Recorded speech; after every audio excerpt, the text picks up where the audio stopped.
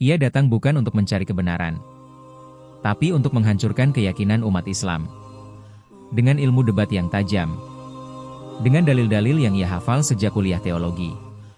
Tujuannya satu, meruntuhkan Islam dari dalam. Namun ia lupa bahwa semakin ia mencoba membongkar Al-Quran, semakin ia terbongkar oleh kebenarannya. Dan di momen paling tak disangka, saat lidahnya seharusnya menyudutkan Islam, justru ia sendiri yang mengucap 2 kalimat syahadat. Selamat datang di Perjalanan Hidayah, tempat kisah-kisah nyata tentang pencarian Tuhan, perlawanan terhadap Islam yang berbalik menjadi cinta. Dan detik-detik syahadat diucapkan, kita hadirkan dengan jujur dan menyentuh. Di channel ini, kami tidak hanya bercerita. Kami mengajakmu merenung bahwa Allah bisa membolak-balikan hati siapa saja, bahkan mereka yang paling keras menolak. Jika kisah ini menggetarkan hatimu, jangan lupa untuk like, komen, dan share video ini. Dan pastikan kamu subscribe channel Perjalanan Hidayah, serta aktifkan lonceng notifikasi, agar tidak ketinggalan kisah inspiratif berikutnya. Namanya Joseph Caleb, seorang teolog muda lulusan seminari ternama di Eropa Timur. Ia dikenal sebagai debat evangelis yang sering membongkar argumen lawan-lawannya dengan presisi akademik. Tujuan hidupnya jelas, membuktikan bahwa Islam adalah agama yang salah. Ia mendalami Al-Quran bukan untuk mencari kebenaran, tapi untuk menemukan celah-celah logika agar bisa dijadikan senjata dalam debat. Ia mengoleksi ratusan video perdebatan antara pendeta dan ustadz, menyusun catatan panjang, dan bahkan menyusun skrip khusus yang ia sebut sebagai proyek pembongkaran akidah Islam. Namun seiring waktu, Joseph mulai mengalami keraguan aneh di dalam dirinya sendiri. Bukan karena ia kalah berdebat, tapi karena ia menemukan sesuatu yang tidak bisa dijelaskan hanya dengan logika. Dalam satu perjalanan debat terbuka dengan seorang ustadz di Malaysia, diskusi yang seharusnya menjadi kemenangan besar bagi Joseph, justru menjadi awal dari kekalahannya yang paling indah. Pertemuan itu terjadi di sebuah universitas Islam di Kuala Lumpur. Joseph Caleb diundang oleh salah satu komunitas akademik lintas agama untuk melakukan debat terbuka melawan seorang ustadz muda bernama Ustadz Farhan, seorang alumni Timur Tengah yang dikenal tenang, santun, dan fasih menjelaskan ayat-ayat Al-Quran dengan pendekatan rasional. Joseph datang penuh percaya diri. Ia membawa laptop berisi catatan debat, dokumen-dokumen yang telah ia susun rapi, dan strategi tanya jawab yang diyakini akan menyudutkan lawan. Bagi Joseph, ini adalah panggung besar. Saat debat dimulai, suasana memanas. Joseph mengangkat tema yang selalu jadi andalan. Jika Islam agama benar, mengapa Muhammad disebut-sebut di Alkitab, tapi tidak ada pembuktiannya? Atau, kenapa Tuhan dalam Islam terasa jauh dan tidak pernah berbicara langsung seperti dalam agama kami? Ustadz Farhan menjawab dengan tenang. Ia tidak menyerang balik, tidak menyindir. Justru setiap kalimatnya penuh keteduhan. Ia berkata, kami tidak datang untuk menang debat, Tuan Joseph. Kami datang untuk membuka pintu kebenaran, jika Anda bersedia masuk. Semakin lama, Joseph justru merasa tidak sedang melawan. Ia seperti sedang dengarkan sesuatu yang selama ini hilang dari hidupnya. Saat Ustadz Farhan menjelaskan makna tauhid, tentang keesaan Tuhan, tentang Tuhan yang tidak menyerupai makhluk, tentang hubungan hamba dan Rabb-Nya, Joseph terdiam. Ia tidak menjawab, bukan karena kalah, tapi karena hatinya resah. Malam setelah debat itu, Joseph tidak langsung tidur. Ia duduk sendiri di balkon hotel, membuka ulang catatan Al-Quran yang dulu ia anggap bahan perlawanan. Namun malam itu, ia membaca dengan cara berbeda, dengan hati. Dan entah kenapa, ia menangis. Kenapa aku merasa ini benar? Kenapa bukan dari dulu aku baca ini dengan jujur? Hari-hari setelah debat itu menjadi perang batin bagi Joseph. Ia masih rutin menghadiri forum-forum Kristiani, masih memakai salib di leher, masih menyebut nama Yesus dalam setiap doanya. Tapi jiwanya mulai bergetar setiap mendengar lantunan ayat Al-Quran.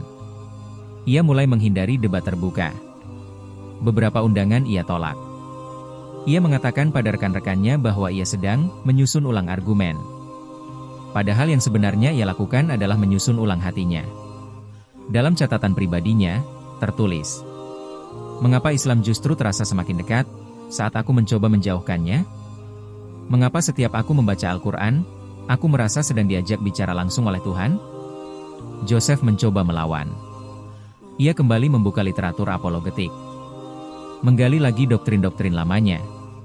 Namun tak satu pun bisa menjawab kehausan spiritual yang kini tumbuh di dalam dadanya. Suatu malam, ia menghubungi Ustadz Farhan. Dengan suara pelan dan sedikit gugup, ia berkata, "Saya tidak tahu ini benar atau salah. Tapi saya ingin tahu lebih banyak tentang Islam. Bukan untuk menyerang, tapi untuk, mungkin, mengenalnya dengan jujur." Ustadz Farhan hanya menjawab singkat, "Kalau itu dari hati, maka mungkin, itu bukan kamu yang memilih jalan ini. Tapi Allah yang menuntunmu." Sejak malam itu, Joseph mulai belajar Islam secara sembunyi-sembunyi. Ia belajar sholat, belajar arti wudhu. Ia menghafal Al-Fatihah diam-diam. Bahkan mulai menyalakan YouTube untuk mendengarkan murotal sebelum tidur. Namun konflik batin semakin besar. Ia dihantui rasa takut. Bagaimana kalau keluarganya tahu? Bagaimana dengan komunitasnya? Bagaimana dengan reputasinya sebagai pendeta? Kalau aku masuk Islam, aku kehilangan segalanya. Tapi kalau aku tetap di sini, aku kehilangan diriku sendiri. Dan pada suatu malam, dalam kesunyian kamar sewaan kecil di Jakarta, saat ia sedang dalam perjalanan riset lintas agama, Joseph bersujud untuk pertama kalinya dalam hidupnya. Dengan air mata yang tak tertahan, ia berbisik, "Aku bersaksi tiada Tuhan selain Allah, dan Muhammad adalah utusannya." Pagi itu, dunia masih sunyi saat Joseph keluar dari kamarnya. Langkahnya ringan, tapi wajahnya menunduk. Ia belum siap memberitahu siapapun bahwa kini ia seorang Muslim. Namun ada sesuatu yang berubah. Dalam dirinya, sebuah kedamaian yang belum pernah ia rasakan sebelumnya. Bukan karena keyakinan yang dihafal, tapi karena kebenaran yang dipeluk dari hati. Ia menghubungi Ustadz Farhan kembali. Kali ini bukan untuk bertanya, tapi untuk berkata, "Saya ingin disyahadatkan secara resmi." Maka di suatu sore, di sebuah masjid kecil di pinggiran Jakarta, Joseph Caleb, mantan pendeta, mantan musuh Islam, duduk bersila di hadapan para saksi. Dengan suara bergetar namun yakin, ia ucapkan, "Asyhadu an la ilaha illallah, wa asyhadu anna Muhammadan Rasulullah." Tangis pun pecah. Bukan hanya dari dirinya, tapi dari semua yang hadir. Beberapa orang menangis diam-diam. Beberapa memeluknya. Dan di tengah pelukan itu, Joseph hanya berkata, "Hari ini aku bukan lagi melawan. Hari ini, aku pulang." Perjalanan tidak berhenti di situ. Joseph sadar, menjadi Muslim bukan akhir, tapi awal dari perjalanan hidup yang sesungguhnya. Ia mulai belajar membaca Al-Quran secara tartil. Ia pindah ke pesantren tahfidz untuk dewasa. Ia menghapus semua konten debat lamanya dari internet, dan menulis di blog pribadinya, "Jika dulu aku belajar Islam untuk membantah, kini aku belajar Islam untuk mencintai." Dalam 2 tahun, Joseph hafal 10 juz. Ia mulai menulis ulang pandangannya. Membuat konten YouTube berjudul, "Dari Debat ke Doa." Berisi cerita-cerita tentang perjalanannya mencari Tuhan dengan jujur. Kini, banyak orang dari seluruh dunia, bahkan dari komunitasnya dahulu, yang menghubunginya. Bertanya, ragu, tapi juga penasaran. Dan Joseph tidak memaksa siapapun. Ia hanya bilang, "Aku bukan pendebat lagi. Aku hanya saksi bahwa cahaya itu benar-benar nyata. Dan cahayanya ada dalam Islam." 3 tahun sejak hari ia mengucap syahadat, Joseph Caleb hidup dengan nama baru, Yusuf Caleb. Bukan hanya sebagai simbol keislamannya, tapi sebagai bentuk penghormatan kepada Nabi Yusuf, yang juga pernah difitnah, dijatuhkan, namun tetap teguh dalam keimanan dan akhirnya ditinggikan oleh Allah. Yusuf kini menjadi pembicara tamu di berbagai forum mualaf. Diundang oleh pesantren, masjid, hingga komunitas internasional. Tapi ia tak pernah menyebut dirinya ustadz atau guru. Ia selalu mulai dengan satu kalimat. Saya bukan siapa-siapa. Saya hanya seorang bekas pendeta yang dulu menantang Al-Quran, tapi kini justru diselamatkan olehnya. Salah satu momen paling mengharukan terjadi saat ia kembali ke negaranya. Ia pulang ke rumah ibunya yang sudah tua. Awalnya, sang ibu marah, menangis karena merasa putranya berpaling dari Tuhan. Namun Yusuf tidak membalas dengan debat. Ia hanya duduk di hadapan ibunya, membacakan surat Maryam dengan suara lembut. Dan malam itu, ibunya menangis bukan karena marah, tapi karena tersentuh. Aku tak paham bahasanya, tapi ada sesuatu yang hangat di hatiku saat kamu bacakan itu.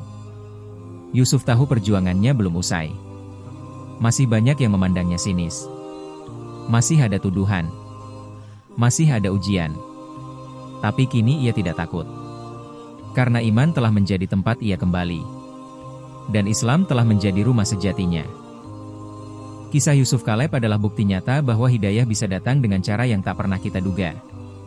Ia datang bukan karena dicari, tapi karena Allah telah memilih waktu yang paling tepat untuk mengetuk hati seseorang. Dulu, Yusuf adalah musuh Islam. Ia menghafal dalil bukan untuk memahami, tapi untuk menyerang. Namun ketika hatinya terbuka sedikit saja, Al-Quran masuk, dan tak pernah keluar lagi. Dari kisah ini kita belajar. Jangan pernah meremehkan kekuatan Al-Quran. Jangan menutup pintu hati, bahkan ketika kita belum mengerti sepenuhnya. Dan jangan pernah merasa bahwa seseorang terlalu jauh dari cahaya Allah. Karena sebagaimana firman Allah, sesungguhnya engkau tidak dapat memberi petunjuk kepada orang yang kamu kasihi. Tetapi Allah memberi petunjuk kepada siapa yang Dia kehendaki. Quran Surat Al-Kasyash 56. Sahabat perjalanan hidayah, jika kisah ini menyentuh hati kamu, jangan simpan sendiri. Bagikan ke orang-orang terdekatmu. Karena bisa jadi, kisah Yusuf Kaleb adalah kisah yang menyalakan cahaya di hati yang sedang gelap.